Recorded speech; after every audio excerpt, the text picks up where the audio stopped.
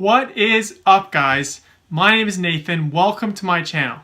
2017 was a big year for me. I learned so much, and one thing that I learned is the importance and how much habits can significantly impact your life. In fact, habits pretty much run your whole life. They control every single aspect of your life, from when you wake up in the morning to going to bed, and even your sleeping and sleeping patterns. Your habits control every single aspect. Whether you like it or not, they do.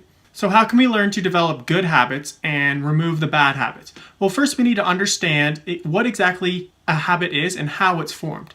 So a habit starts off with a cue that's triggered by some reaction or some instinct. So if you're a heavy smoker, the instinct will be you start to get jittery or maybe a headache or something like that. Now, I don't really know because I'm not a smoker, but that's what the papers and what people who smoke say. So you get kind of jittery, you get a headache, and you kind of get that feeling that I have to go smoke. The next stage in the habit loop is the routine cycle, which is a physical, mental, or emotional behavior that follows the cue. And this is you physically going out and taking a smoke. The last stage in the habit loop is the reward. This is some positive stimulus that basically tells your brain that this is a good thing.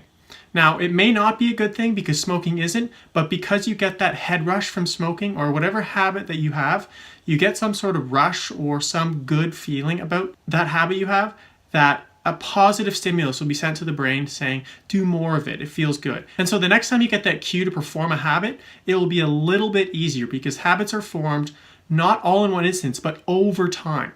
Over time, it gets a lot more difficult to quit smoking than the very first time.